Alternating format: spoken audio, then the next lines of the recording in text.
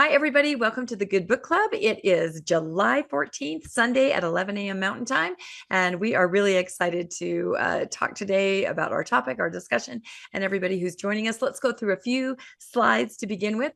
We're going to start out, we always start out by reading our mission statement, and Landon has agreed to read that to us today.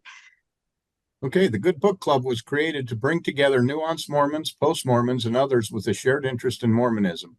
We are introspective, critical thinkers seeking to learn, connect, and build relationships through the catalyst of literature. We welcome all who are searching for a safe space to share authentic thoughts, feelings, and ideas through open dialogue and shared experiences relative to Mormon culture. As we deconstruct previous beliefs, we encourage all to find happiness in the process of discovering new religious ideologies, spirituality, and life philosophies. Oh, thank you, Landon. Thank you so much. We always read that at the beginning of every episode meeting so that we can kind of remember who we are and why we're here. Let's talk about a few upcoming events before we get to our main book club presentation.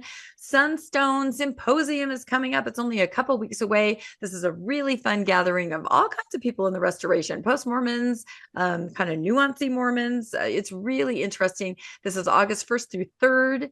And it's at the University of Utah. So you can Google Sunstone Symposium, get a ticket, and come join a lot of us in Utah. It's going to be really fun in a couple weeks.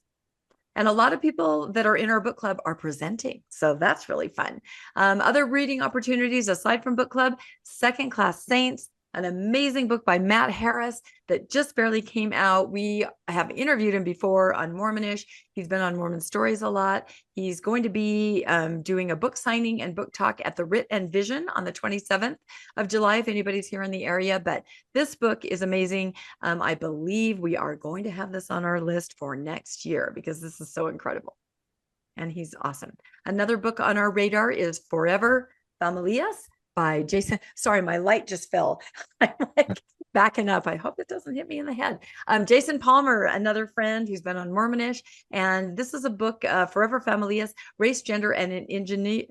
Landon, we can never pronounce this word. I know. Indigeneity in Peruvian Mormonism. I can never say this word. It's so funny. Anyway, super interesting book. We're going to be interviewing him about this book on Mormonish and possibly even have him come talk to book club. So grab a copy of that. That just came out if you're interested in that topic.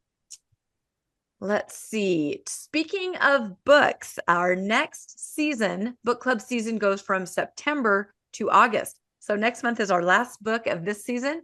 We are nominating now books for next season. July 20th is the deadline. Send us an email.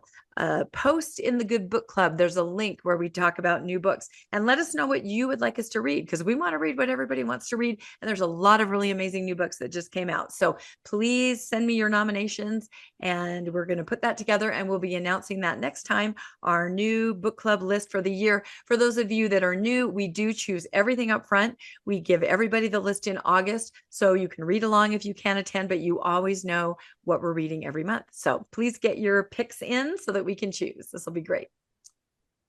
Let's see. Okay, now a little announcement. Book club is always second Sunday, 11 a.m. But sometimes when we have a special guest, like next month, Michael Shermer, the author, is going to be joining us. And because of some of his time constraints, we are actually changing the time of book club. We are going to be starting 2 hours later, 1 p.m. Mountain Time, so that Michael Shermer can join us about halfway through. He is amazing. This book is amazing. And David Morris is our discussion leader for next month, and he'll be giving a little preview at the end of our discussion. So make a note on your calendar, starting a little later, but well worth it for Michael Shermer. This is going to be incredible. And that brings us to our presentation today. We're going to be talking about Sam Harris's The Moral Landscape, and it's the amazing Yvonne who's going to be leading us. So we will just let her take it away. Oh, let's see. Hold on a second. Well, I'm unmuted, but I don't see all of the participants. Yeah, no, we're going to switch the view in just a minute. So, and I know Yvonne has worked really hard on this, so we are very excited to talk this through. Okay, so and I have to thank especially Bruce and Melissa for helping me get this slide presentation going and so that it could run. And Melissa is going to be running the slides for me today. So thank you to them and Rebecca and Landon, of course. And I'm honored to do this. And I know a lot of you do like Sam Harris. So I thought we'd start out by just giving a little bit of religious context, I guess, to our discussion. So there's Sam and Joseph, and this is what he said about Joseph Smith. A libidinous con man and crackpot was able to found a new religion on the claim that he had unearthed the final revelations of God in the hallowed precincts of Manchester, New York. Written in Reformed Egyptian on golden plates, he decoded this text with the aid of magical seer stones, which, whether by magic or not, allowed Smith to produce an English version of God's word that was an embarrassing pastiche of plagiarism from the Bible and silly lies about Jesus's life in America. And yet, the resulting edifice of nonsense and taboo survives to this day. So, okay, so here we go. We heard from Sam about Mormons, and let's hear from our dear Brad Wilcox about atheists. Go ahead and run that, Melissa. Brad Wilcox is added again. Well, actually, this footage is from 2021, but it has been doing the rounds recently, so let's take a look. Studies show that when the bus goes off the road, when the train derails, when the plane is coming down for an emergency landing, that in that moment of crisis, the believers are the ones who will turn and help someone else. The non-believers are the ones who will step on anybody they have to in order to get to their own selfish desire and reach their own selfish goal.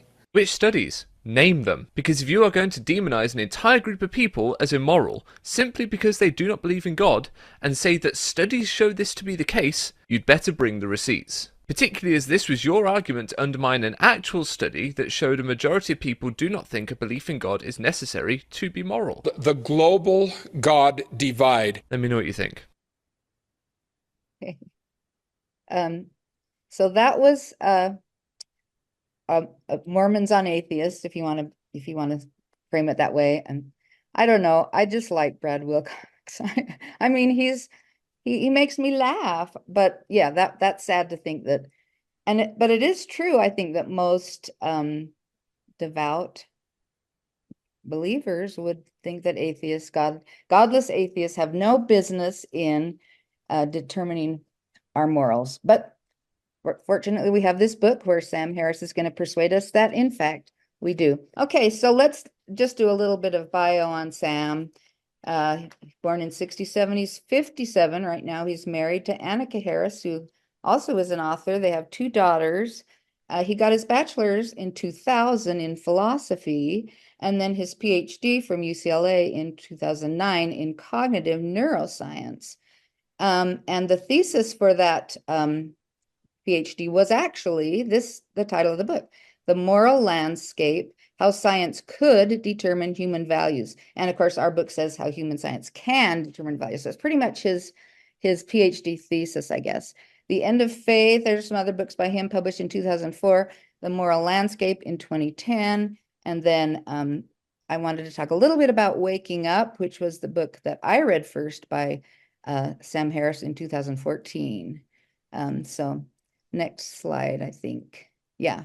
Anyway, in the winter of 1987, so when Harris was 20 and in his first semester, I'm going to read from his account in Waking Up. He says, I, Sam, took the drug MDMA, commonly known as ecstasy, and my sense of the human mind's potential shifted profoundly. Although MDMA would become ubiquitous at dance clubs and raves in the 1990s, at the time I didn't know anyone of my generation who had tried it. A close friend and I decided to take the drug. This is before any of his degrees or before, he really got into his studies. We were alone in a house, seated across from each other on opposite ends of a couch and engaged in quiet conversation as the chemical worked its way into our heads. Unlike other drugs, which we were by then familiar, marijuana and alcohol, MDMA produced no feeling of distortion in our senses. Our minds seemed completely clear. In the midst of this ordinariness, however, I was suddenly struck by the knowledge that I loved my friend. This shouldn't have surprised me. He was, after all, one of my best friends, but now I could feel that I loved him. And this feeling had ethical implications that suddenly seemed as profound as they now sound pedestrian. I wanted him to be happy. That conviction came crashing down with such force that something seemed to give way inside me. In fact, the insight appeared to restructure my mind. A certain euphoria was creeping into these reflections, perhaps, but the general feeling remained one of absolute sobriety and of moral and emotional clarity, unlike any I had ever known. It would not be too strong to say that I felt sane for the first time in my life. I had ceased to be concerned about myself. I was no longer anxious, self-critical, guarded by irony, in competition, avoiding embarrassment, ruminating about the past and future, or making any other gesture of thought or attention that separated me from my friend. And then came the insight that irrevocably transformed my sense of how good human life could be. I was feeling boundless love for one of my best friends, and I suddenly realized that if a stranger had walked through the door at that moment, he or she would have been fully included in this love. Love was at bottom impersonal, indeed a transactional form of love. I love you because, like, I love you because you obey me or whatever, now made no sense at all. It was simply obvious that love, compassion, and joy in the joy of others extended without limit. The experience was not of love growing, but of its being no longer obscured. Love was, as advertised by mystics and crackpots through the ages, a state of being. How had we not seen this before? And how could we overlook it ever again? That's from page 3 to 5 of Waking Up.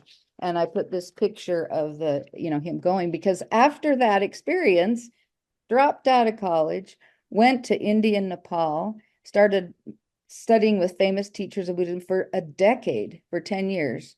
Did most of you already know that about Sam? Yeah, so this was my first exposure to Sam Harris, and I'm like, wow. And then he returned to Stanford in 1997, 10 years later, completing his bachelor's in philosophy, and then took some time to get his, and I think in 2004, he wrote that, The End of Faith. He wrote that seminal book and, became an atheist that way. But anyway, so that was just, let me see, here we are, 2, 3. I have these all in order. There we go. Okay, Waking Up is the first, oh, go ahead. Just Bruce. a comment. He has a subscriber podcast that goes into really in-depth stuff where he's talking about the current events and interviews people. It costs, but it also gives you access to his Waking Up app. It's a meditation app and stuff. You're way ahead of me, Bruce. There's the slide. There you go. Yeah, no, I subscribed to it, and I never done the meditation part, but yes, it is really good. He is one of the voices in my head. Yep. So I actually did subscribe to it, and I spent a year trying to meditate every day with Sam. I once did 50 days in a row. The app congratulated me. You have done 50 days consecutively meditating with Sam. I mean, it's a guided meditation, but ultimately I gave up. I just couldn't transform my mind through meditation. I should probably still do it, but I don't anymore. But I decided to give psychedelics a try like Sam did. And I was hoping that would transform my mind and I'd experience love and boundless joy and transcend my egoic self. And if you want to know how that experiment went, I did take, well, let's see. Let's go to the next slide, Melissa. I did end up taking psilocybin, but before I read, I just put some of these books that I thought were really good for guides and backgrounds on what psychedelics, or as they're called by some people, entheogens, you're going to interact with God or love or whatever. There's some of the titles there on that slide. Anyway, if you want to know how that experiment of mine went, we can talk about it after, but we're going on to the book now. That was just an introduction. Okay. I'm interested in the mix and mingle to talk about that. Yeah, let's talk about that in the mix. But anyway, so this is, but I just felt like that was such an interesting background on Sam Harris himself, on how he got into this. And you really can see how that initial experience in his 20s shaped his whole thinking about how people really are connected and how we can have morals regarding each other without religion. Anyway, okay, so we're on slide 7. No, we're on slide 8. Sorry, you guys. I've never done this before, so thanks for your patience.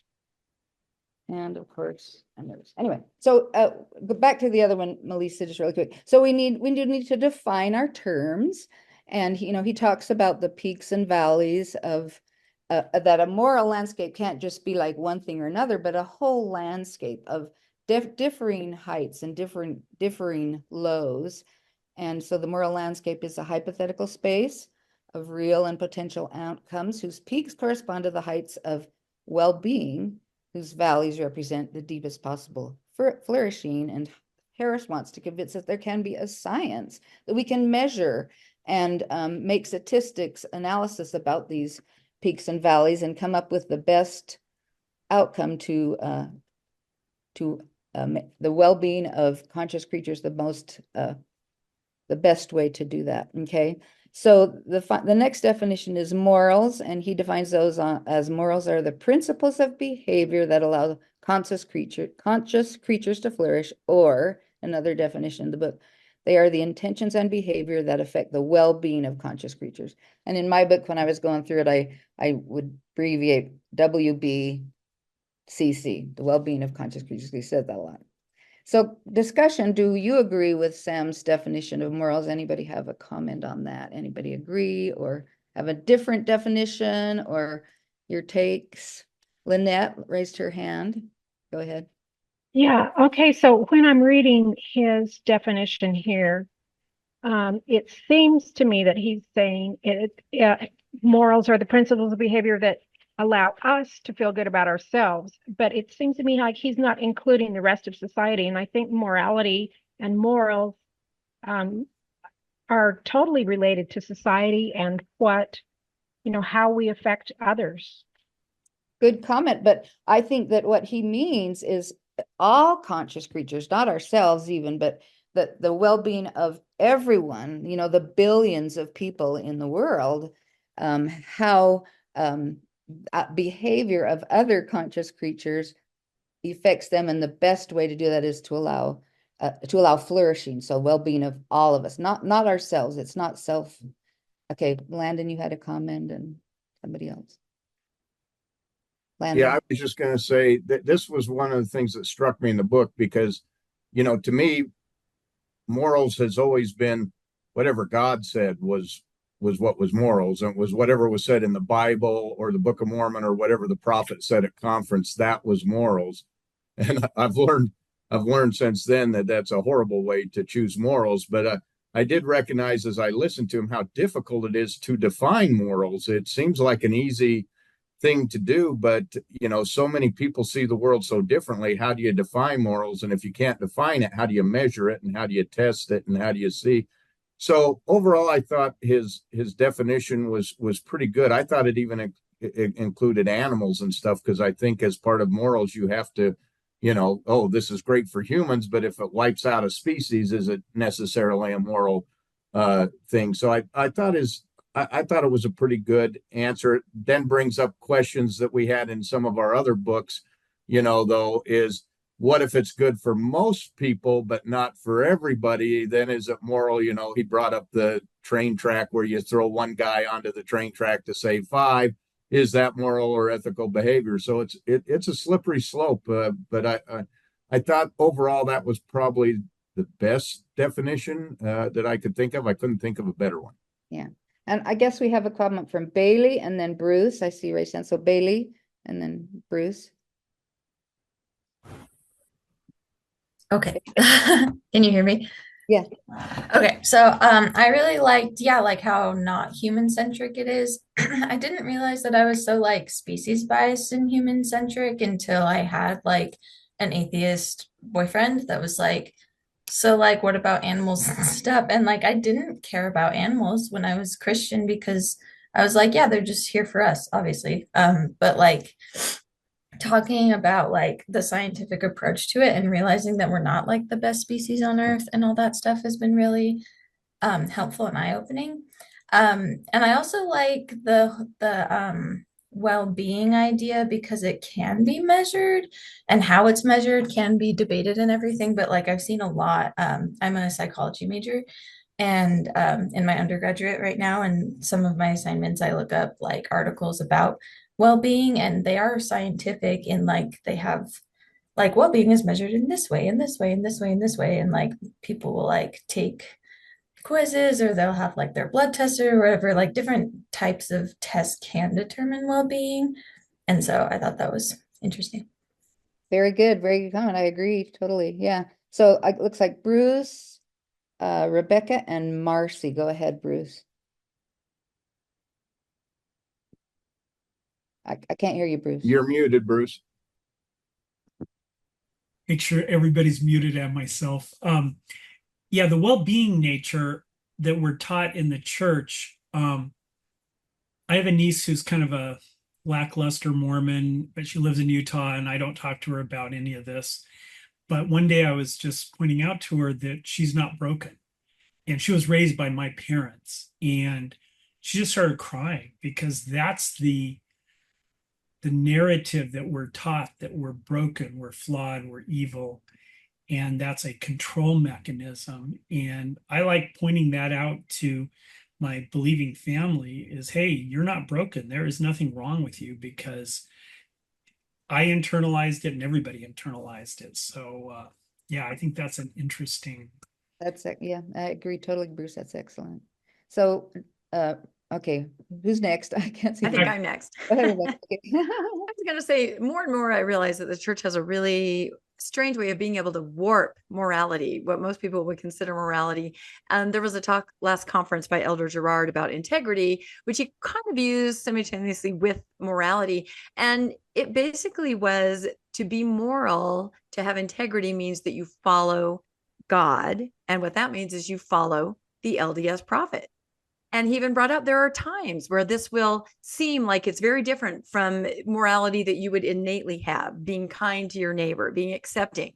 But the true morality, the higher integrity is to follow God, which means you do what the prophet says. So again, you have all of our, faithful friends, neighbors who all believe they're being moral when any person would probably look at it and say, this is so immoral the way you're treating people or excluding people or acting toward people. But it's just this warped way of seeing it. God tells the prophet says what's moral, even if it goes against your internal compass. And I hear this so many times with people that have stepped away from Mormonism. I just could no longer continue my internal compass in good conscience. I just had to step away. And that's it. When you finally realize this kind of morality that Sam is talking about, it's not God telling your prophet. That's a warped view of integrity and morality.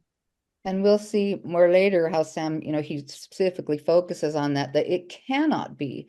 We cannot use any religion, and especially not the Bible, and which is believed by most of the world, the Islam, Christianity, and well, I think he went Catholic, Protestant. Anyway, the Jewish. Yeah, we can't use that. It's too flawed. So Marcy, and then let's do Lynette and Cameron, and then we'll move on if that's okay. Go ahead. Yeah. So I'm just looking at this image of the mountains, and it's kind of reminding me of the psychological research of Maslow. Do we know Maslow's hierarchy of needs?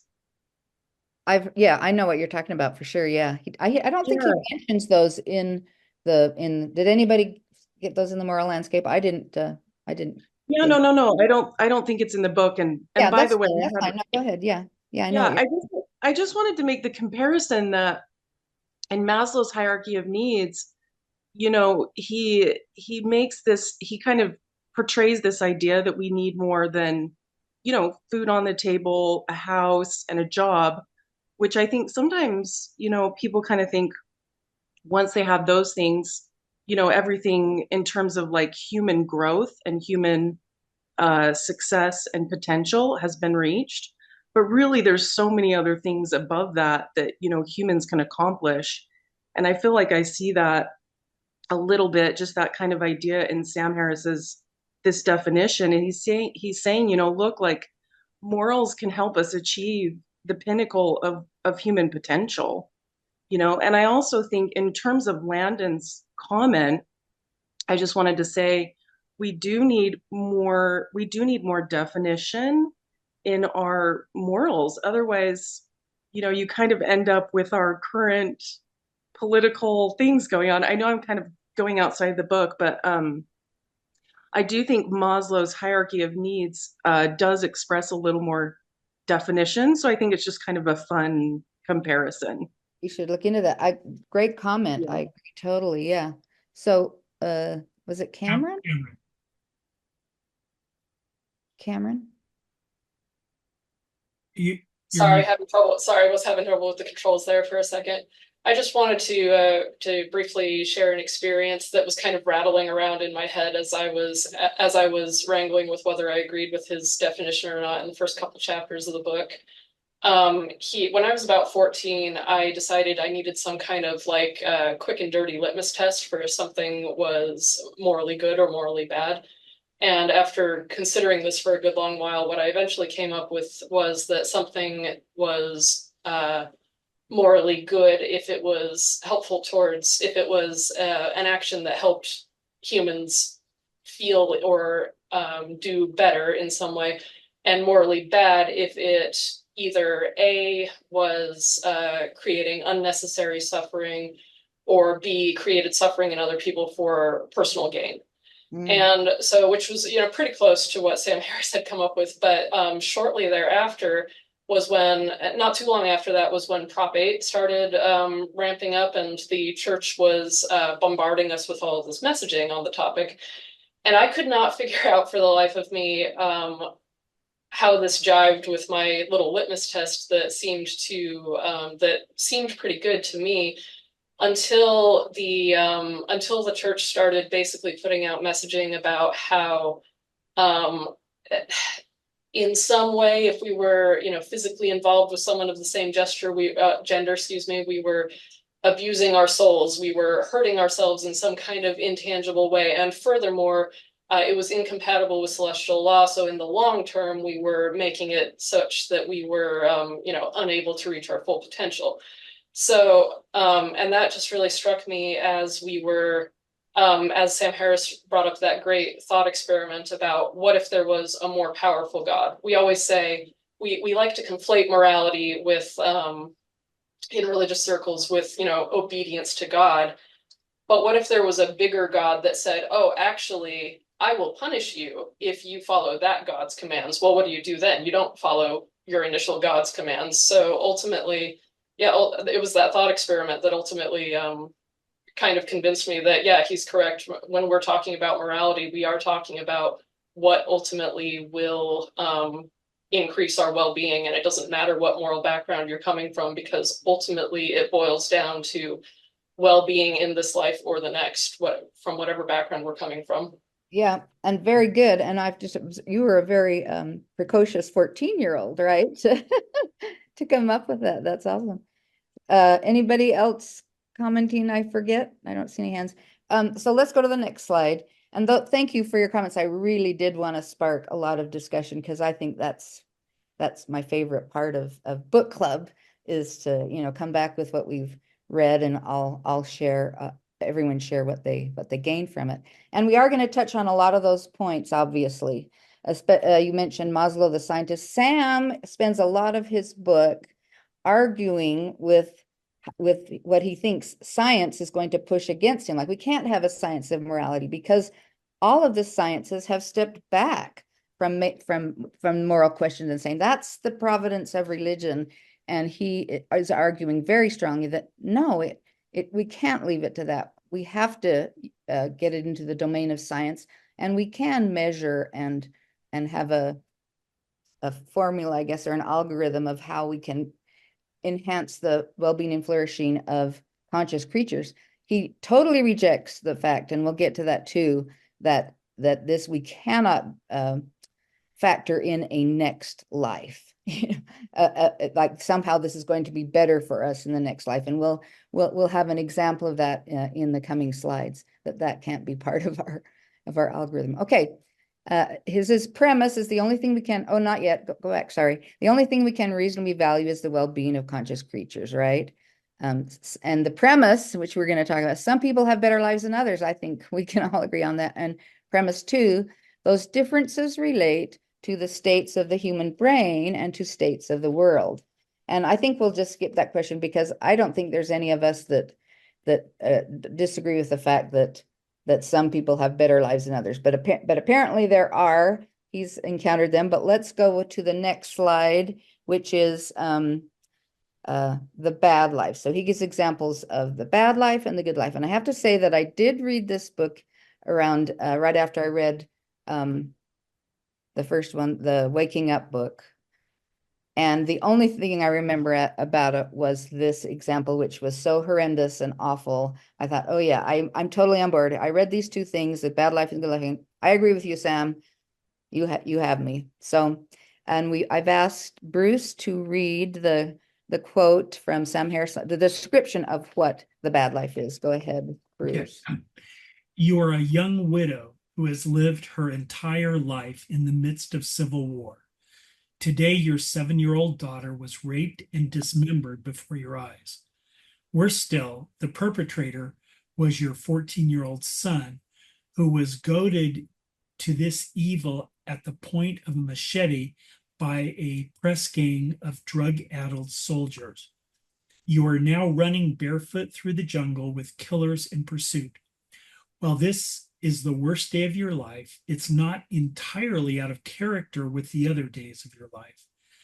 Since the moment you were born, your world has been a theater of cruelty and violence. You have never learned to read, taken a hot shower, traveled beyond the green hell of the jungle.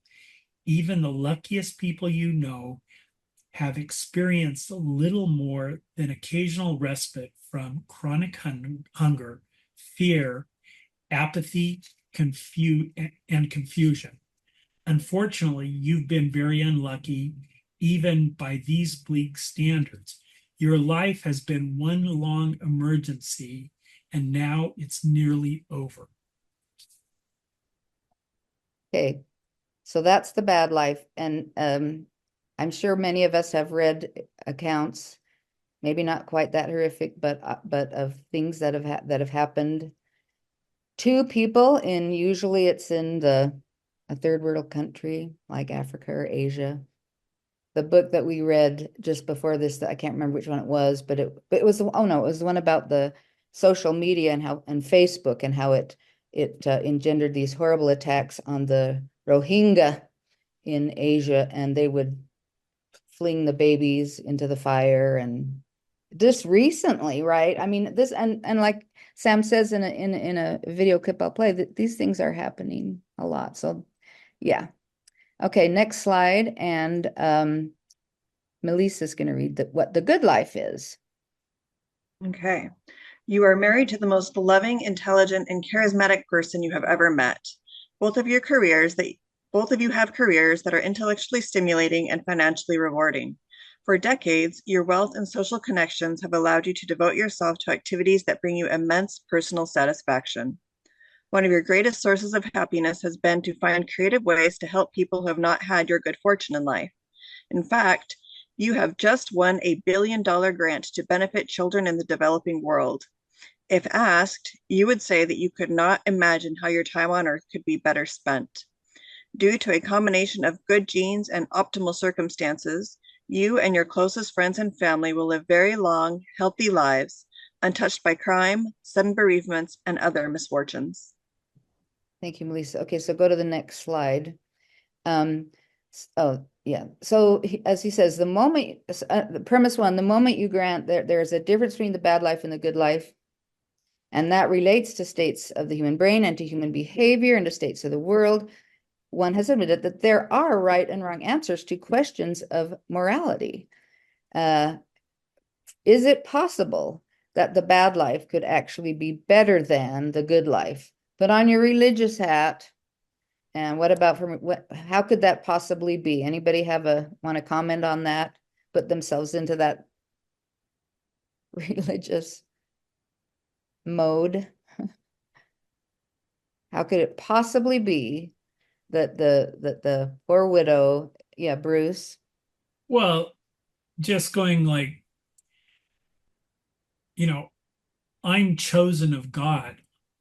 In the pre-existence, I was valiant. And yeah, these kids are starving to death. They're dying of malaria, don't have clean water, don't have access to health care.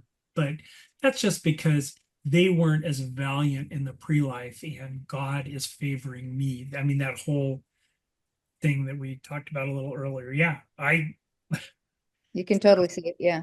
I sadly kind of thought those things myself. Yeah. Or what about the fact that, Jesus is going to make it all up to them? They might be suffering terribly in this, but it'll be just for a moment, and then it'll be okay. So let's see. I forgot who was the next hand. Was it Cameron, Bailey, and Jackie? Cameron, Bailey. Bailey. Here we go. Okay. Yeah. Oh, Bailey, Jackie. See, I could make the opposite argument of Bruce's, like the bad life is like better because God gives his worst, like hardest challenges to his most valiant soldiers.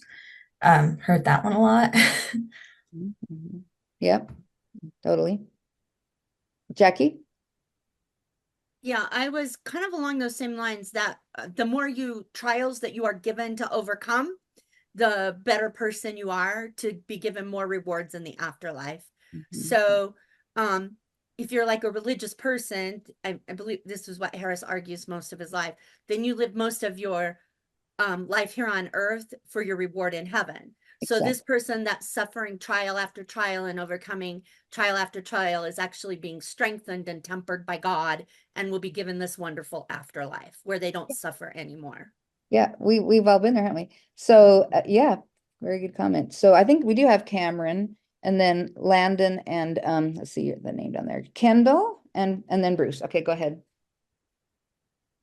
I forgot what I said. I think mine is another. I think mine is another. We've all been there kind of comment. But what I took from this, could the bad life be better than the good life, is the times when there were very harsh punishments put on me as a child for anything even approaching disobedience, or it looked like it might lead me. Like, I mean, I remember one time getting slapped across the face for singing a line from a Broadway musical, because we all know what kind of people go into Broadway, right? So it was, and it was just, and when confronting my parents about things like this after the fact, many years later, the commentary was basically, but like, no, we didn't want to. We felt very horrible about that kind of thing, but we had to make sure you stayed on the straight and narrow. So it was, yes, there was suffering and harm done, but it was for a long-term gain. So in this sense, yeah, we all did grow up in this context where like the bad life can be better than the good life, because if the suffering here can lead you to your eternal reward. Yeah, we've all heard that. And that's why we can't, like Sam would say, we can't turn morality over to the religion. It's not going to work. So it was Landon and Bruce and then Kendall, right? Or something like that. Yeah, I like that. Why would we turn morals over to religion when religions have been so immoral? It doesn't make any sense. But in relation to your question, I was thinking of some of the books that we've read over the book club, and I used to think, oh, thank God I'm not a hunter-gatherer who has to go out and gather my food every day and possibly go hungry and just wander and be cold and all of that. And then some of the books we've read, it's really opened my eyes to that a hunter-gatherer society was really, they had more free time. They didn't have disease that the animals brought. They didn't have all the problems with the social construct that agriculture brings, with fighting over land and fighting over all of those things. And so it kind of changed my mind that, boy, simple can be better sometimes. It doesn't have to be as complicated. And I think back, we did a podcast. We've actually done 2 podcasts with 2 Native Americans in the last couple weeks.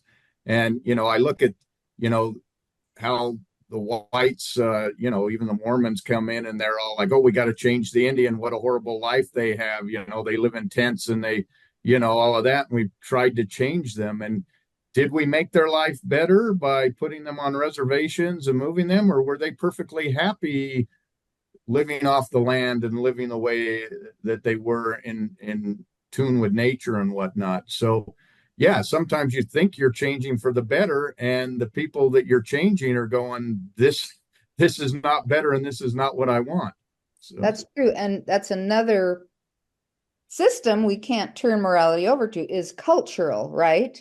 Because we can't say that, oh, we should let these people behave this way because it's their culture, when we can see that, and I'm talking about imposing our culture on another person. Like I said, we can't turn morality over to that. It has to be, as Sam is going to argue more and more, it has to be science. I mean, science is what has freed us from so many of the superstitions and harmful things and bad behavior in our lives, and we got to go that route. So it was Kendall, and then Bruce, and then David. Yeah, so I've always been fascinated with this topic of different perspectives, and how, like, David McRaney in our last book club is like, when confronted with something that doesn't make sense, our brain reacts in ways to make it make sense in our current paradigm. So, a religious perspective of how could bad actually be good. I mean, there's a whole list. I mean, in Doctrine and Covenants 122, all these things will be for thy good. The scripture that says, the last shall be first and the first shall be last. 2 Timothy 3 is all about how persecution is evidence that, you're doing the right thing, and all these things. So I know lots of people and situations, and even my past self, where the worse your life is, it's a sign that God is favoring you. And just as a side note, with like conspiracy theorists and stuff like that, like, the fact that so many people are against you is evidence that that bad belief is true. Like, that's how our mind works with regards to things like this. So I just thought that was a interesting thing to add with this perspective. Totally true. Okay, David, is it? Yes, David, go ahead. I was going to say, as you were talking, we often blame religion for things. It's probably normally the vehicle that people's prejudices are pushed along. I was thinking of Alan Turing, who was a code cracker in the Second World War. And despite being one of the most intelligent, highly respected spies, he was homosexual. And therefore, he was going to be imprisoned. So he'd have chemical castration. But today, there's now the Turing Act, which means if you'd previously been convicted of being a homosexual, you can now have that conviction overturned. Unfortunately, for many of those, they're no longer with us. Culturally, things change. Public indecency changes. I know Landon and Rebecca did a very good podcast on morality. Admittedly, it's the one I was in it as well. But it was about even the way the church viewed certain things of acceptable moral behavior has changed. I think we laughed at the time that 21-year-olds shouldn't even be in the car. It goes from that extreme. So I just often think that the hatred is pushed under the name of religion. But it seems where there's a difference, that friction comes in. Maybe it's just the Judeo-Christian moralistic approach. I don't know. It's not good, though. Yeah, he's going to get into that for sure. And I think Sam does think it's a lot of those Middle Eastern religions that said sexuality was bad, and that these morals are come from God, like we've all heard. So Bruce, you had a comment. Yeah, just an observation. I kind of follow some of the stuff that Bill Gates is doing. he's really, really wealthy, and I'm not so sure that everything, his wealth was earned in the most ethical way. But I do see him working now, spending his wealth on like vaccines in the third world, malaria, clean water. And I'm going like, okay, those to me seem to be moral because that's helping raise that very low bottom thing. But then I'm also thinking about the Rohingya and how Facebook and stuff, made that worse. And then the war in Ukraine, just there's so many things that we can, I think, bring the total value of the world's well-being by working on the most bottom problems to, people dying really young, infant mortality, clean water, but then also violence and stability. So yeah, it's an interesting concept to how we think of morality now, because boy, when I was a believing Mormon, which was decades longer than I actually participated, my life is different because I'm, again, with the book club, trying to figure out how the world actually works. Yeah, good comments. Thank you for your comments. Let's go to the next slide, Melissa. So let's get into Sam's saying we can't trust religion, we can't trust culture, we got to go with science. And he anticipates that there's going to be a lot of pushback from scientists, and I bet he got it. I didn't follow that because this book came out in 2011. But it's not our provenance. There's no way we can ever that it would ever work. But he does an analogy which convinced me that it could. And he says that let's for example imagine that the concept of well-being that he's pushing equals health, and the science of medicine is equal to a science of morality. And he said that science cannot tell us why we should value health, but once we admit that health is the proper concern of medicine, we can then study and promote it through science.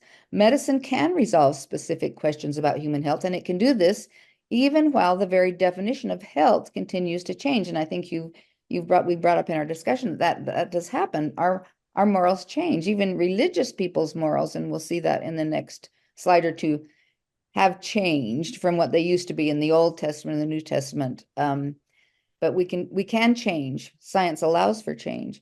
Indeed, the science of medicine can make marvelous progress without knowing how much its own progress will alter our conception of health in the future. I think our concern for well-being is even less in need of justification than our concern for health is. Health is merely one of its many facets. And once we begin thinking seriously about human well-being, we will find that science can resolve specific questions about morality and human values, even while our concept of well-being evolves. Any comments on that? And we can go on to his, Bruce, yes, go ahead. Sorry. Yeah, again, just my, constant comment in the book club is, the earth is 6,000 years old, and we were the first people, whatever the prophet says is God's will. And leaving the church, you're going like, okay, how does the world work? And that's what all of the books from the book club are helping me understand. And then what's my place in the world? How do I interact with the world? I'm 67, and I've got, if I am lucky, a quarter of my life left. What do I choose to do with my life? I mean, all these things bring great moral questions, but when you take a look at the good life from that picture, I have 90% of all that. I don't have a family, but I am comfortable. I live in a safe, beautiful place. I have access to healthcare. I have access to clean water, food. I have many friends and that stuff. So I am that good life. And then I feel a little guilty going like, okay, what should I be doing, to kind of help the general well-being of the world and stuff. So just some of my thoughts. Yeah. JXBB, Oh, sorry. Oh, go ahead. Go ahead, Bruce. well, no, whoever JXBB is has their hand raised. Oh, okay. So JXBB and then Bailey. Yeah, so I really like the idea of using science to help us understand morality better.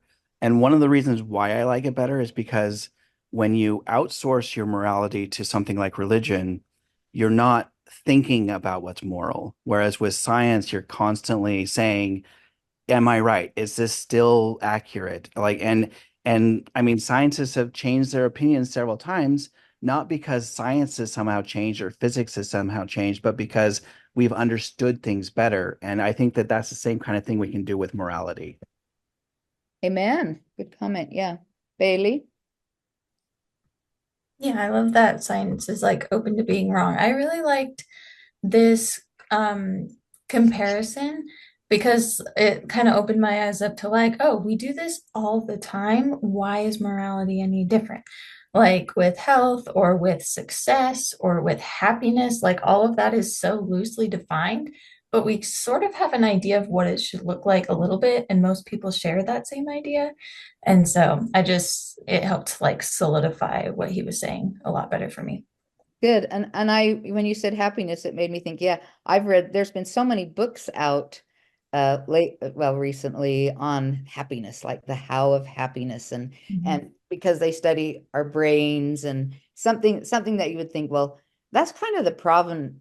That's almost religious. Like God has said that, if you obey me, you'll be happy, that kind of thing. But we've shown that we can study that and find out how to maximize human happiness. So why not, morality? Good. I'm glad you brought that up. Let's go to the next slide, Melissa. I don't see any more comments. So part of the book, I felt like he was arguing against scientists, and then part of the book and part of the chapters, Sam was in anticipating what philosophers would say. And I haven't studied either science or philosophy, but I can see how they would. This is one of this slide and the next one are about how philosophers might argue that, oh, you can't ever logically say what one ought to do. And he cites Hume in his is-ought distinction that philosophers insist that notions of what we ought to do or value can be justified only in terms of other oughts, never in terms of facts. How could it be objectively true, for instance, that we ought to be kind to children? And then Sam says, but this notion of ought seems to be another dismal product of Abrahamic religion. For instance, to say that we ought to treat children with kindness seems identical to saying that everyone will be better off if we do. Next slide. And this one I liked because it was his pounding of religion always. It is worth noting that the God of Abraham never told us to treat children with kindness, but he did tell us to kill them for talking back to us. And he cites Exodus, Leviticus, Deuteronomy, Mark, and Matthew. And yet everyone finds that moral imperative perfectly insane, which is to say that no one, not even fundamentalist Christians and Orthodox Jews, can so fully ignore the link between morality and human well-being as to be truly bound by God's law. So there you go. And we all know examples of extreme evangelicals today that go by that scripture, spare the rod and spoil the child, and feel like, physical punishment, even though science behaviorists have proven that not only humans, but animals and dogs respond better to positive. I mean, people used to routinely beat their horses and beat their dogs and beat their wives. That was okay, back in the day. And yeah, any comments on that little nugget? You mean beating your wife is not okay? If you're, I don't have one. So Jackie, did you have a comment? I don't know what this kind of triggered me. The word ought. Yeah. Because I felt like I grew up my entire life in Mormonism with the CTR, choose the right. And it was always what we ought to choose because that's the best way to be. And it was always, and sometimes the choose the right didn't feel right. And I didn't want to do it because I ought to do it. I wanted to do something because it felt right to me. So in this day and age, age of 60 with an 82-year-old almost mother will sometimes still tell me what I ought to do. And so that word was extremely triggering to me. And it brought back just all CTR rings and choose the right songs and just all kinds of not really positive feelings in a way growing up as a teenager. And so ought was just, that word was very spot on to, I think, to cover what he meant, because ought is not a feeling of wellness and well-being and happiness. It's an obligation to something.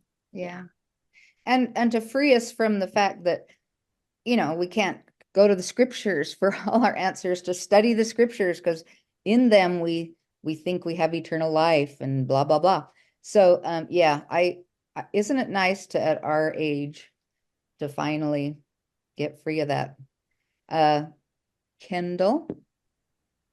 Yeah, it just reminded me in my own faith journey how, like, that was one of the most attractive things in the LDS church, was this idea that, like, oh, I know with certainty what's right and what's wrong, and how just like absolutely myopic that was. And now, with more experience and a better perspective, I see that no matter the person, no matter the church, no matter the religious leader or adherent, we are all, or they are all rather, picking and choosing what imperatives to follow and which to ignore. They're like cutting off the branch upon which they stand. It's just so hypocritical to say that, oh, you ought to do this, when the basis upon which they do that is not consistent. You can't follow that as any sort of rule, but they just want to ignore that. And I really like how this book says, like, no, we have to get back to like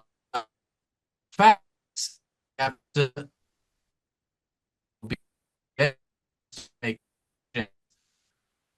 divinity, here's what they, high when we say jump is the only relevant question. Yeah. The cafeteria Christians, the cherry picking that goes on, and how the Bible cannot be a reliable, the scriptures that we have cannot be a reliable source to guide our behavior. It just can't, because especially when you're talking about a worldwide thing. Melissa, did you put your hand up, or was that? I did, because I was gonna do the little group chat, but it was forever long. When I was really struggling, before I left, I was really struggling with LGBTQ doctrine. Like, that's why I ended up leaving. What my counsel was is go and read the scriptures. The scriptures has the answers. The scriptures is what God wants you to do. And, counsel with the scriptures, counsel with the prophets. I'm like, no, like, this is everything that they're saying is counterintuitive to what my gut is telling me. And so the more I read the scriptures and the more I listen to the prophets, the more I am rejecting it. And like, so you telling me to read the scriptures more, the answers are there, is actually making it worse. So they were like, oh, well, you lose your testimony because you stopped reading the scriptures. I stopped reading the scriptures because it was making me want to throw things. So it's, it was really frustrating to be told that. Good. We're gonna have a little video next of how Dan McClellan, who we all like to follow, is going to show us how we really can't go to the scriptures with any logic or rational at all. So it'll be the next thing. But let's go to Bailey with her comment, and then Marcy. Yeah, I just wanted to point out that, like, it's so funny that Jesus in the story, or whatever, if we believe that happened or not, the idea is that Jesus came down and was like, oh, that old stuff, it's not applicable anymore. Here's new stuff. And so shouldn't we be, getting new stuff that's like more appropriate? And I guess that's the idea of like the prophet or whatever. But when they're like, read the scriptures, it's like, well, but wasn't Jesus like a radical, let's change things kind of a guy? So anyway. I think he was. That was my ultimate rationale for leaving the church, was like, it was the Jeffrey Holland thing. Society goes here and we go here. And so, we finally let the civil rights happens. We finally let the blacks have the priesthood. Women get the rights. We finally give more rights. I said, I don't want to be behind anymore. The prophets and the church they're always behind. Anyway, Marcy, go ahead. Yeah, so I think it's interesting where this part where Harris says not even fundamentalist Christians and Orthodox Jews can so fully ignore the link between morality and human well-being.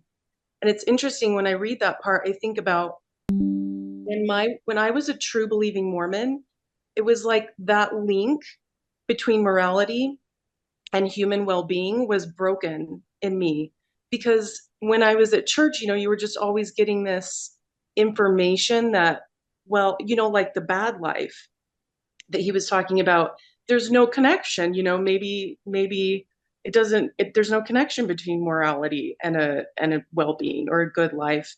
And so it's you waste a lot of energy, a lot of mental energy trying to figure it out. Whereas Harris, I think, is saying, we could solve these problems with science, which is really cool.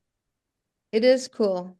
And it is, to me, it's almost a sickening waste of our churches, material, temporal resources, that we want everybody to go to the temple all the time.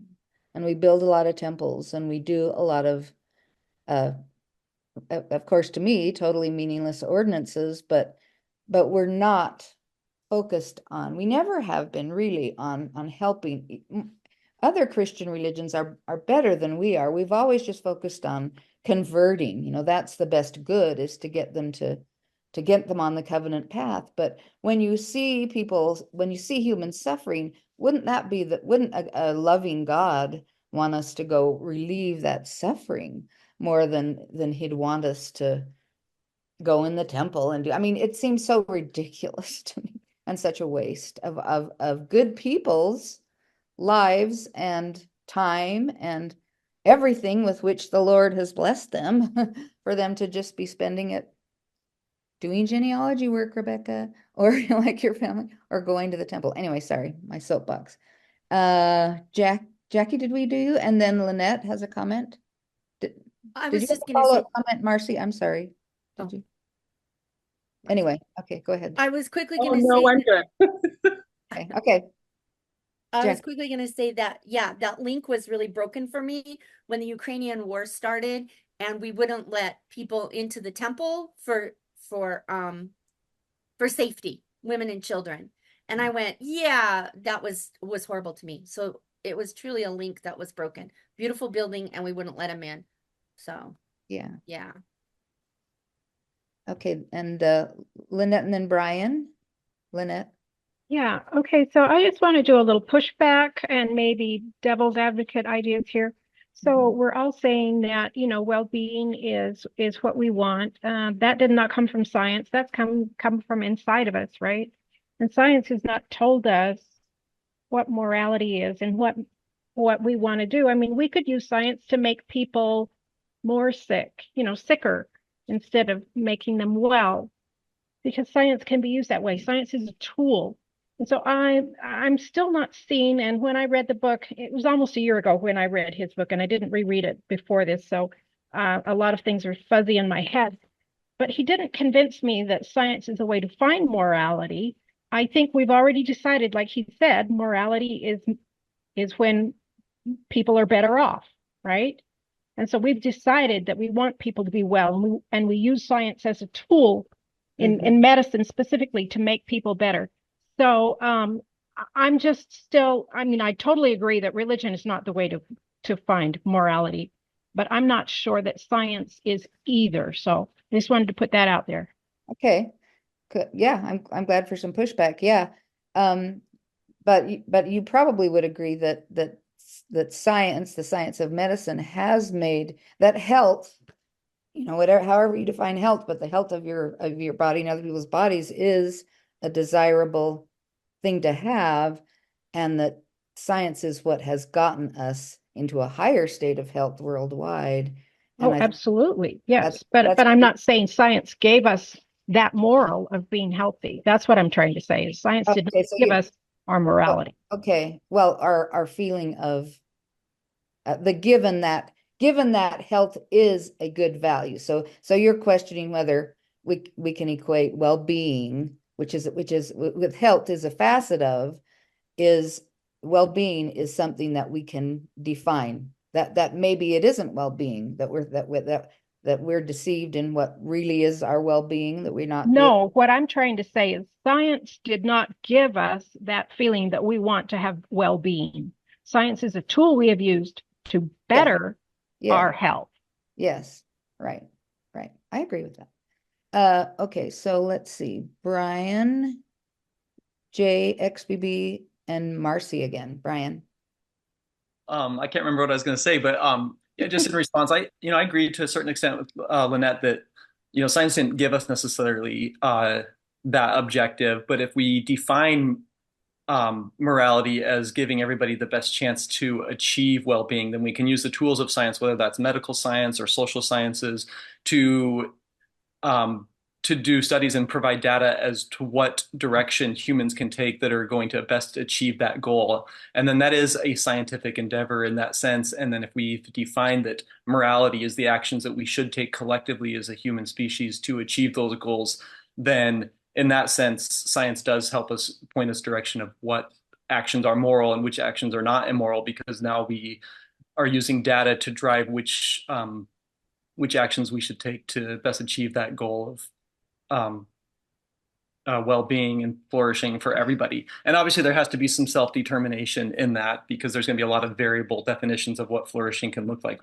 So there'll be some self-determination in the individual, but still collectively trying to achieve that goal. And I think the comment I wanted to make earlier, we were talking about temple work as being so wasteful. And I wanted to give just a little pushback, not in the sense that I think that it's not wasteful, but I don't think we can define all of our moral good behaviors as humanitarian efforts, because we lose out on some of like artistic endeavors. I don't think anyone would argue that art in and of itself is a waste of time because it doesn't directly feed the poor or do that kind of humanitarian work. But art in and of itself is endeavors that allow flourishing of humankind by providing different types of experiences for humans. And in as much as I think temple work is in that sense kind of a waste of time, on the other hand,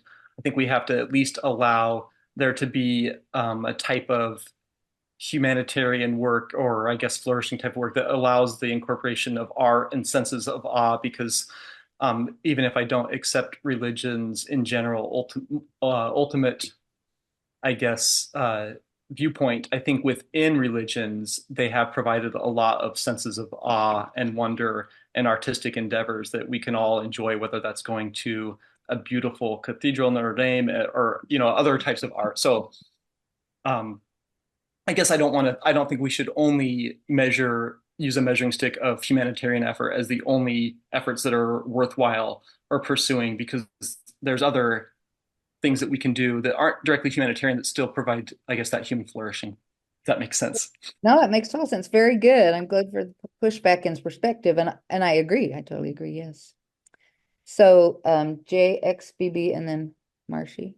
Yeah, so I'll be the first to say that I am not completely convinced that the book is 100% foolproof.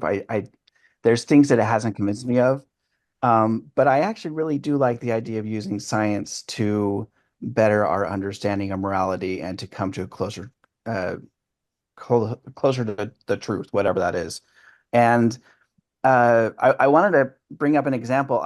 So I was listening to this in the car on my way to work, and I heard something about how science is the way to come across it. And I was like, wait, that doesn't make any sense. So I paused it, and I basically was just thinking about it the whole rest of my way to work. And I think that something that I thought of was that just because there's subjective tools that science uses doesn't mean that it's not an objective science. So if you think about going to the optometrist and how they ask you, is one better or is two better? And that's totally subjective to the perceiver, but it's still a scientific measurement, if that makes sense. Yeah. Yes, just like the science of happiness, the how of happiness, that it is. There's lots of sciences, studies and stuff, the social sciences that have to be subjective. In Marcy? Yeah, I'm just trying to turn my video. So from what these slides that you put together, what I don't think Harris, I mean, I don't know, but I don't think he's trying to say that we find morality in ourselves or that we find immorality in ourselves. I think what he's trying to say is, instead of going to religion with this very rigid idea of morality, why don't we go to science and through the lens of science see morality in new ways that are more, that can be a little more flexible. Science can move as society moves and as we change and evolve and we have new needs. So, you know, when we get new data, then science can come with us instead of kind of outgrowing our religion and having all these faith crises we're having, you know? Yeah, I think that's what he's saying. Good job, Landon. Landon, are you? I think, you know, if I look at this, I kind of have to say that judging morals using science is going to be like judging Olympic figure skating. There's going to be a technical part, but there's always going to be that artistic impression that is going to be somewhat subjective. But by using the two of them together, you get pretty good. You still get the best of the world. You might not distinguish between one and two quite so well, but one and two are pretty obvious at the end. You know which ones it is. Whereas with religion, you just kind of get whatever. Look, there's how many religions, and all of them measure using a completely different standard. It's really almost impossible to measure anything from modern religion because they all have such different requirements. Good comment. Yeah, I like that. So getting back to that, the religion and so forth, the problem of using the Bible as a moral guide. Let's go to the next slide, which I think is the Dan McClellan one. Yep, let's listen to what he has to say. Hey everybody, everyone who insists that the Bible provides a list of moral laws that we're supposed to be following today must pick and choose which laws are to remain authoritative and which laws are to be dismissed or considered superseded. And there are no exceptions to this. And one of the reasons is that the Bible is not univocal. The New Testament is not univocal. These texts disagree with themselves, contradict themselves in many different ways. Now, there are people who will say that God has given us a set of criteria for determining which laws are to remain in force and which laws are to be considered superseded. Some people say, well, we have a division of moral and ceremonial and civic laws, and Christians are only responsible for the moral laws. That's not in the Bible anywhere. That's a division that was created within early Christianity in order to rationalize why the laws early Christians wanted to keep should be kept, and why the laws they wanted to get rid of should be gotten rid of. Another attempt to do something very similar is the notion that if there's a law in the Hebrew Bible, Christians are only responsible for that law if the law is repeated in the New Testament, or maybe just by Jesus in the New Testament. That is also inconsistently applied. That is also not biblical. It is something that Christians made up after the fact in an effort to try to rationalize why their particular tradition's set of moral laws ought to be considered the moral laws God wants us to follow. So this picking and choosing is pretty much always aimed at structuring power and values in favor of a given tradition or aiding them in their boundary maintenance. None of these ideas come from the Bible, and even if they did, the Bible is not univocal, and none of these things could be argued to have authority over all of the Bible. Good job. And we anticipated, Dan, didn't we? I think, was it Brian that brought that up anyway? The idea that, yeah, we can't, we are cafeteria as far as the principles, the morals that we pick and choose from the Bible. This is the final quote from Sam that I have, and he says, "My goal is to convince you that human knowledge and human values can no longer be kept apart. The world of measurement and the world of meaning must eventually be reconciled. And this is something we might disagree with, but he says, and science and religion, being antithetical ways of thinking about the same reality, will never come to terms. And then the next slide, I think I ask, assuming you agree that morality can be scientifically determined, do you think it, I mean, if we give Sam, we give him to that we can finally have a science of morality, do you think it can ever be reconciled with the morality dictated by religion? So these are the ends of my slides, and we can discuss that. I think we have quite a bit already. That can we reconcile? One more video. Pardon me. Oh yeah, well yeah, the final Sam Harris. I was going to end with him, yeah, because obviously he doesn't believe they can be. But let's hear from we've got Kendall and Cameron. And Kendall, were you the one that anticipated Sam on the cafeteria? I mean, that's one of my pet ideas. Yeah, I have a lot about that. But just about this idea of reconciling morality by religion, if there were a scientific way. I mean, I've been listening to a lot of Britt Hartley recently, and she says that, if tomorrow all of our leaders and gurus and, spiritual guides died off suddenly, tomorrow we would recreate them. There would be new ones to replace them. I think it's just a bug and a feature of human psychology to want to be led, to want to kind of turn off our reasoning brain and just be told what to do. Life is simpler that way. We're all busy. We just kind of want to have a tribe that agrees with us and feel safe and comfortable there. And, even with, all this proliferation of good information, people want to believe what they want to believe. And because of tradition and social structures, I think religion, no matter what the science comes up with, there will always be people that will prefer to delegate their reasoning and morality to some other source because that's just their preference. So I think that's maybe a dim perspective, but I think that's reality. There's just some subset of the population, like my father, where like if religion was proven beyond any doubt to him that it was not true, his life would be subjectively worse because he wants that to be true despite it all, and he couldn't handle. I forget which philosopher said it. Maybe it was also David Hume, that freedom is a burden. It's a weight that a lot of people don't actually want at the end of the day. So yeah. I don't know if the discussion wanted to go there, but that was definitely my thought.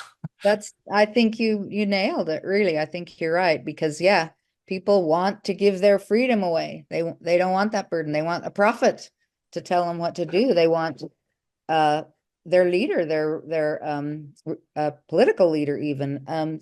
Like there's a statistic that Sam quotes that 57% of Americans think that one must believe in God to have good values and be moral, and 69%, I don't know where he's getting these figures, but want a president of the nation who is guided by, quote, strong religious beliefs. But on the other hand, he says that on almost every measure of societal health, the least religious countries are better off than the most religious. And I think they've proven that over and over, like Denmark, Sweden, Norway, the Netherlands, those kinds of countries enjoy a better level of societal health on almost, better education, better this and that, when they're not tied in with religion. But yeah. And just like one more point on this, like in our last book by David McRaney, How Minds Change, he went into great detail on an aspect that I think we should all keep in mind, which is like doing that, like delegating your morality and thinking to a religion or some other source. It has many benefits to doing that. I mean, we're cognitive misers. The world is chaotic, and someone is offering you a simple way to live. I mean, that's really appealing. And so we should have compassion. Like, I agree, the world would be way better if we all took personal responsibility for our morality and had actual reasons and rationales for doing what we do. But I think step one is we have to understand where the people who disagree with us are coming from in a compassionate, fully understanding way. Good job. Thank you. I can't remember who I had next. JXB. JXBB, then Nancy, and then Landon. Yeah, so in trying to answer the question that we have on the screen right now, I think we have to realize that most religions, or at least I think, are trying to be good. They definitely have blind spots, but most of them are trying to do the good thing. And you can see this because a lot of religions do have shared values, and you see kind of a shared theme in morality between them. So maybe that's an argument in favor of saying that they would come to some kind of consensus, but an argument possibly against it is what Kendall was just saying, that people will believe what they want to, and it, that's, I don't see that changing anytime soon. Yeah. But, and I have to go with Sam though, and saying that they will, but there are facts. There are facts that can be, that we have to turn to, I think. And I'd rather go to facts that are scientific facts rather than religious facts, I guess. Maybe I know I'm oversimplifying that, but you know how we are right now, and there's so much misinformation and everything going on, and people disagree with what actually happened or what actually is the reality. Somehow we've got to educate people and live in a reality that is provable and that is scientific and not based on the magical thinking of religion. Nancy, Landon, and then Cameron. Nancy, you're muted. Nancy's muted. Are you okay? Okay, I'm sorry, I'm a little technologically challenged. Okay, I don't want to be really cynical here, but this book operates under the assumption that people care about our well-being. And specifically, how many people here think that the government or religion care about our well-being? I think the worst part of my faith crisis was the realization that the LDS church leaders don't care about my well-being. They didn't care about the well-being of my gay kid. They didn't care about my well-being. What they cared about was maintaining the power of their institution and maintaining their revenue stream. And I guess I just have a hard time. I think if we're going to use science to, determine what's good as far as human well-being is, we have to have people that care about our well-being. Yeah, we do. And that's why it's built in to his statement that is the morality, is the well-being of conscious creatures. I mean, it's the foundational statement of his whole premise, I think, is that, and I guess then you get into the fact of what is well-being, but it's a landscape, I guess. But that's the whole basis. They would care about the well-being of yours. They would care about your well-being, and they would want you to flourish in the best, most provable, factual ways that they could. Okay, I'm totally losing. Who's next? Landon is next. Okay, go ahead, Landon. I was going to say that to say whether science and religion will ever be reconciled is like saying, will truth and a lie ever be reconciled?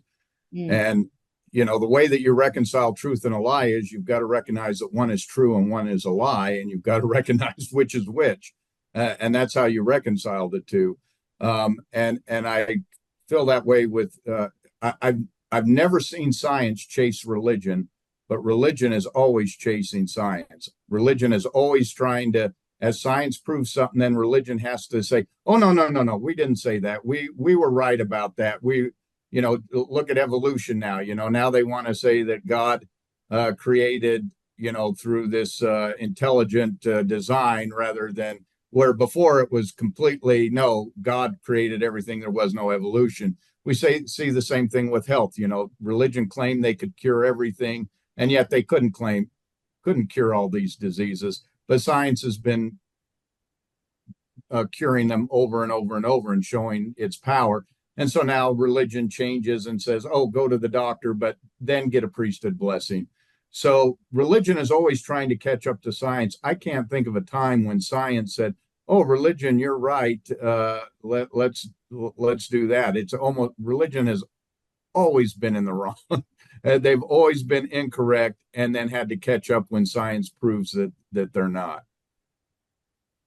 Yep. I'm just reading the comments in the chat, and I think we've all, I really, I'm glad that all this discussion is going on, and it's been a really great discussion. Okay. Cameron. Thank you, Bruce.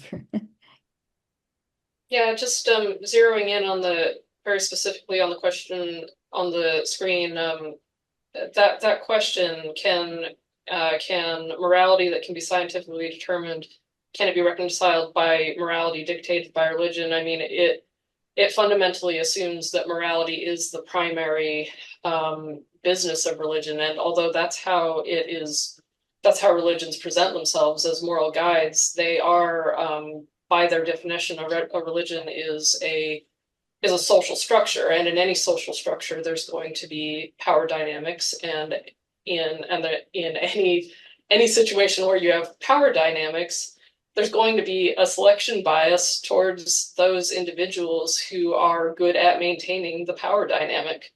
So, I mean, I think we could all probably come up with examples of times when we had, a particularly good bishop who maybe bucked the party line a little bit and did something that was genuinely good or helpful. I had a couple of those.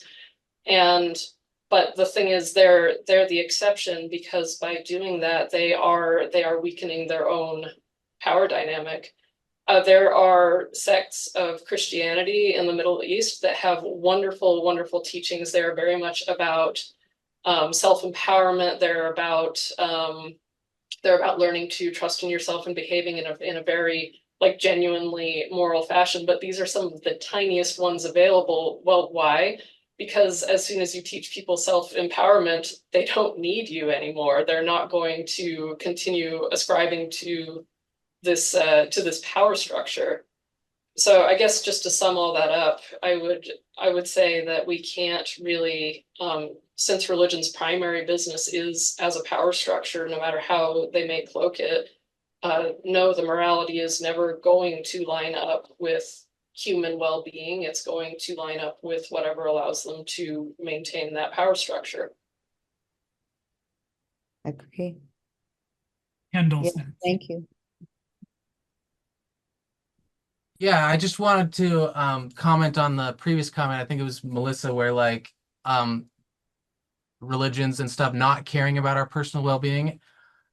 You have a lot of evidence for that. I'm not going to argue against that. I'm just going to say, consider that they are a lot more like us, just in the following respect, that they have a list of subjective values, and other people's well-being is high on that.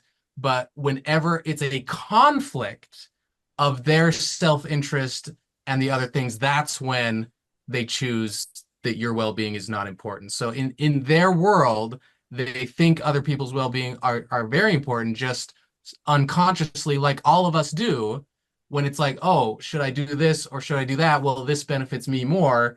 It's just human to choose the other thing. I'm not apologizing for what the church does. I just, again, want this world, I'm an idealist, where we can have the best chance to work through things with people we disagree with. And so I just wanted to put that paradigm out there, that it's just a conflict of values. It's not that they do not value. Good. Thank you. And I do, Kendall, you put wasn't that the Jonathan Haidt quote you put up in the chat? Was that you? I don't believe so. Not this time. What, the wag the dog thing? Our moral reasoning is plagued by two illusions. I thought that was Sam Harris, but yes. Well, I think he's quoting Jonathan Haidt in that. Oh, that's right. Okay, then you are correct. Yeah. Yeah, and I didn't get into any of that in the book, but yes, thanks for pointing that out too. That was that's a good discussion because I respect Jonathan Haidt too, and he reading The Righteous Mind had a big effect on me of how I see my I'm a Democrat and a liberal, and most of my family are not, but it helps me be able to, talk with them, realizing that we have the same morals, we just kind of put higher, right? A hierarchy of morals and to accept and love them anyway. Okay, Bruce, what are we doing? I don't know who's next. Okay, Bailey. Hi. So I have two thoughts. One of them is the whole like religion is always chasing science thing. I want them to think about, I like want to ask religion itself, if that were a person, the question, how is that working for you? Because like one of my friends and I, we were talking about like people who have bad marriages and they're like, oh, maybe we'll have a kid and it'll fix things. And she was like, yeah, I just kind of want to like follow up with those people and be like, how's that working for you? Where like I'm in therapy, and a lot of what we work on like in group therapies and in individual therapy is like, okay, you've been trying this for a really long time and it's not working. So do something else. Maybe do something different to try to get a different result, because the same thing over and over, it's not getting the result you want. So that was the first one. And then the second one, when I can't even remember who it was talking about like the Christianity that actually teaches like self-empowerment and how they don't need those people anymore. It's interesting, like the need versus want or are interested in, where like we as like this community that I am new to today, but like I don't think any of us came here because we were like, oh, we need other people to tell us what to do. But we gather out of love and interest and a need for community.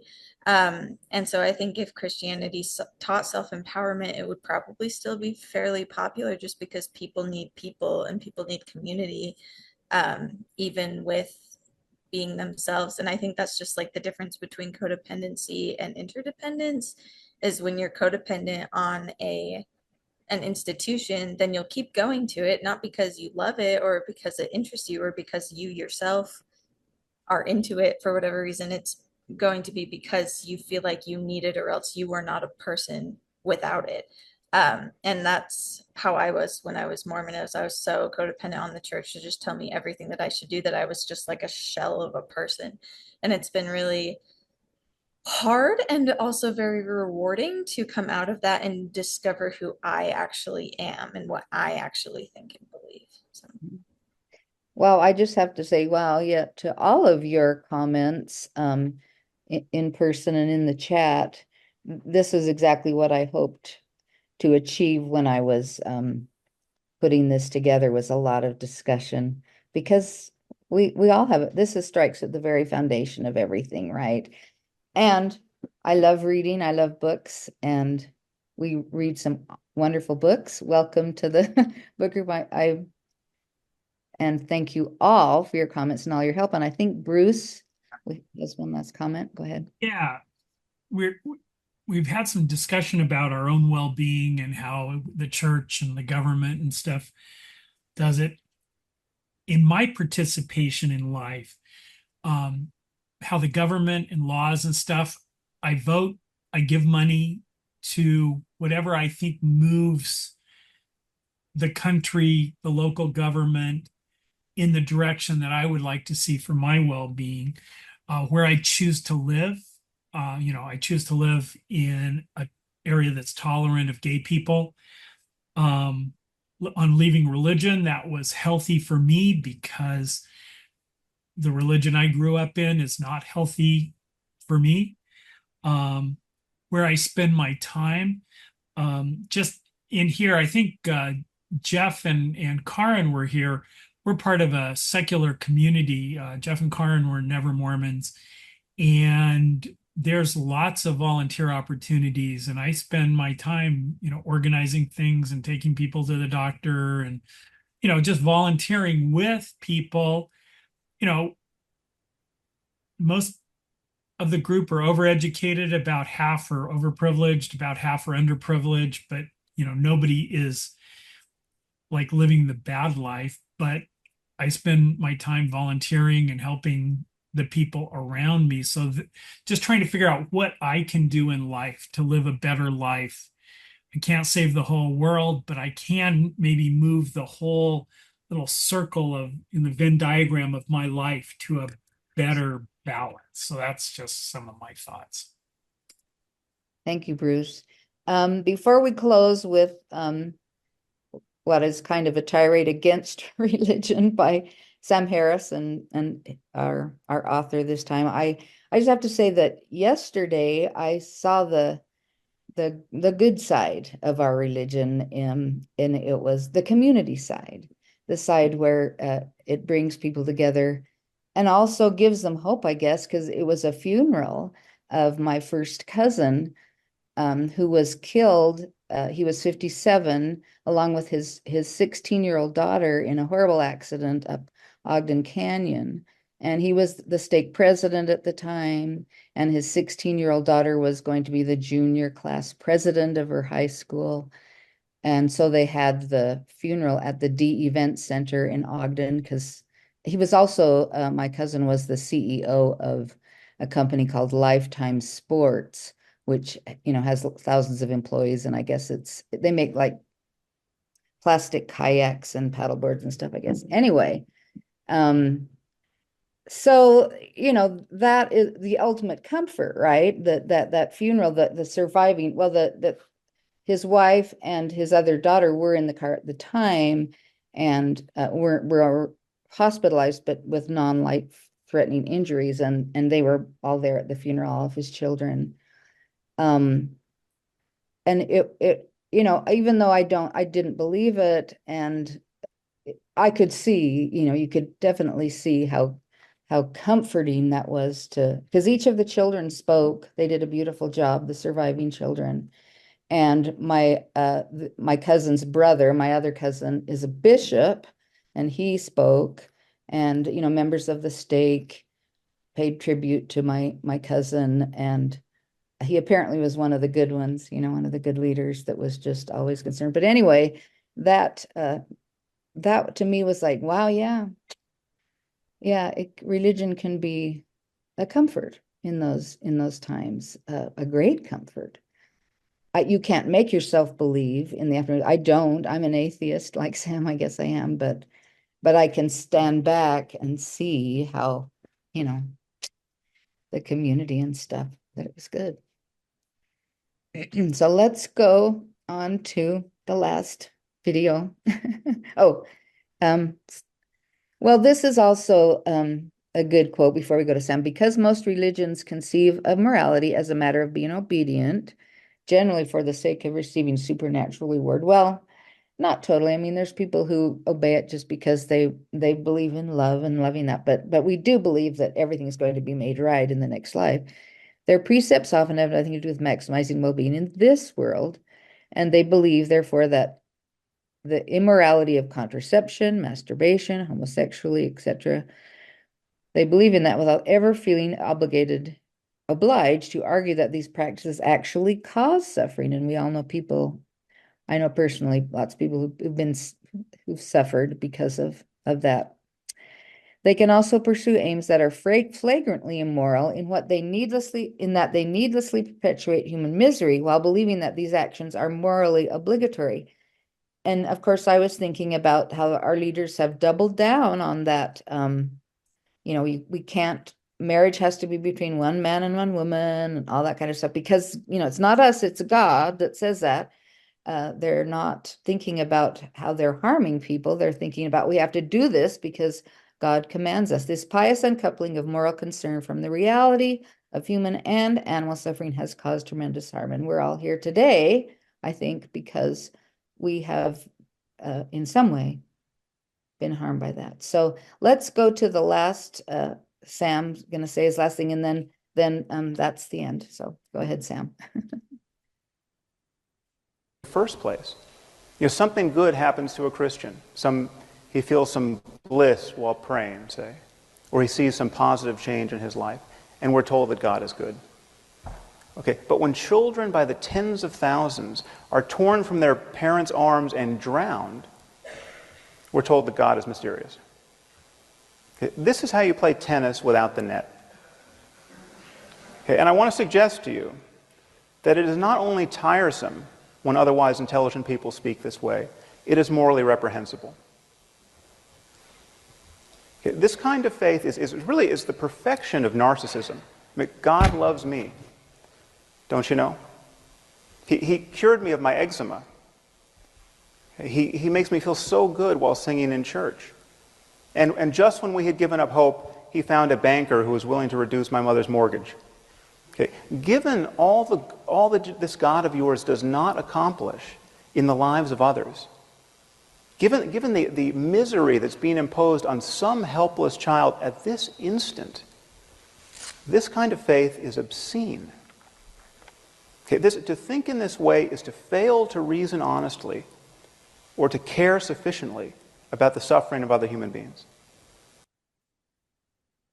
Okay, so I guess we'll give Sam the last word.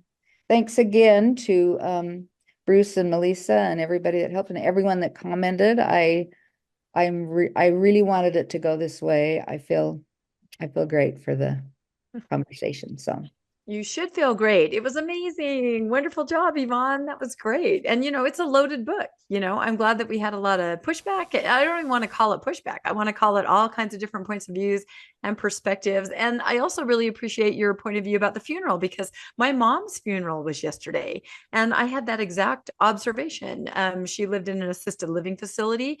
It was my sister's ward who put on the funeral, not even anyone my mom was connected to. And all these wonderful people showed up. And there was luncheon and there were really nice talks, like not hitting you over the head. I was prepared. I kind of went in like this, and it was really very lovely. And I could see that everybody, like you said, was very comforted. And they told, the myths and the stories of she's doing this on the other side. And she's doing, my dad just died 2 months ago. So, there was all this positiveness. And I wasn't bothered by it like I thought I would be. Like I said, I went in like this, but I wasn't. I thought this for them is really important. I, of course, find comfort, sounds like you do, Yvonne, in, randomness and not knowing and that kind of thing. So I felt very peaceful too. But it was interesting that I could coexist with everybody with their myth. And it was just fine. I didn't feel bad at all, but I really did have this incredible appreciation for the people from the church, the community, the people who came in on a Saturday and made this wonderful experience for everybody. But then I also realized that many organizations would do that. Many people would do that because you love people and you don't need a religion to tell you to love people, because all of us just do that. So yeah, this was a great book and great timing. So and thank you again, Yvonne. Wonderful. And thank you so much for volunteering. And I will say, speaking of volunteering, next month, when we announce our new 12 books going forward, we will need volunteers. So put that mode, get in that mode in your mind, because it's really fun to lead a book. I find you just kind of spend the month with it and you think about the people in the book club and how you can make it meaningful to them. So I think it's great.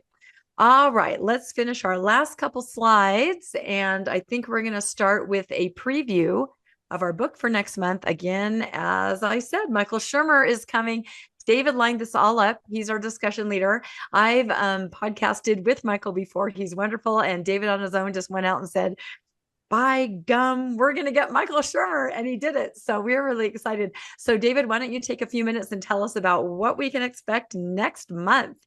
So next month, we are reading Heavens on Earth with Michael Shermer. It actually relates very closely to what we've been doing today, actually. We've gone through a lot of the moral gauging. One of the quotes about the book is that it helps us to try and understand the meaning and the purpose of our life as mortal beings and discovers how we can transcend our mortality.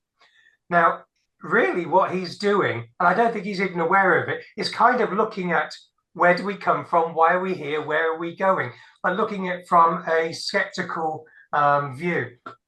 Now, one of the things that one of his famous sayings actually is, I am a skeptic, not because I do not want to believe, but because I want to know. I think that's pretty much all of us, isn't it? We want to have the knowledge of something, but it is a book that's broken down into 4 parts. So he's broken it down into moral experiences and immortal quests, the scientific search for immortality, all of our yesterdays and tomorrows, mortality and meaning. But he brings out the actually, there's a couple of Mormon arguments in there and about utopian happiness. But in part 3, he talks about how if we are to be resurrected, can we be the same person? Are we able to be raised in the same way with us always changing? At what point are we going to be this same person? If we've had an operation, if we've had an augmentation, we'll be with it or without it. So, effectively, he draws on what was called the ship of Theseus. Now, the ship of Theseus is where Poseidon's son goes out and beats the Minotaur, and Theseus' ship becomes the memorial. But as it rots, they keep replacing one of the timbers, one after the other. So eventually, the entire ship is made of different material. And so one of the things we'll be talking about actually, is it still the same ship, or are you the same person? So when we're resurrected, will we be the same person? He talks about multiple personalities and multiple individuals. Now, I don't know if you're going to be able to hear this, but effectively this is a very famous problem called the identity problem. But in the 80s, there was a program called Only Fools and Horses. It was a comedy, but they fashioned it like this. If I can play it, hold on, see if you can hear it. So what exactly is the award for? For saving the council money. I happened to mention to her one day that I've had the same broom for the last 20 years. She was very impressed and said, have a medal. 20 years.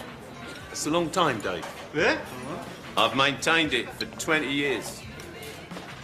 This old broom has had 17 new heads and 14 new handles in its time.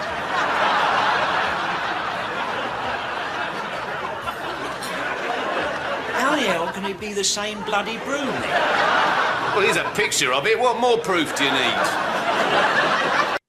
So I don't know if you were able to hear that, but effectively that is a very, thousands of years philosophical argument.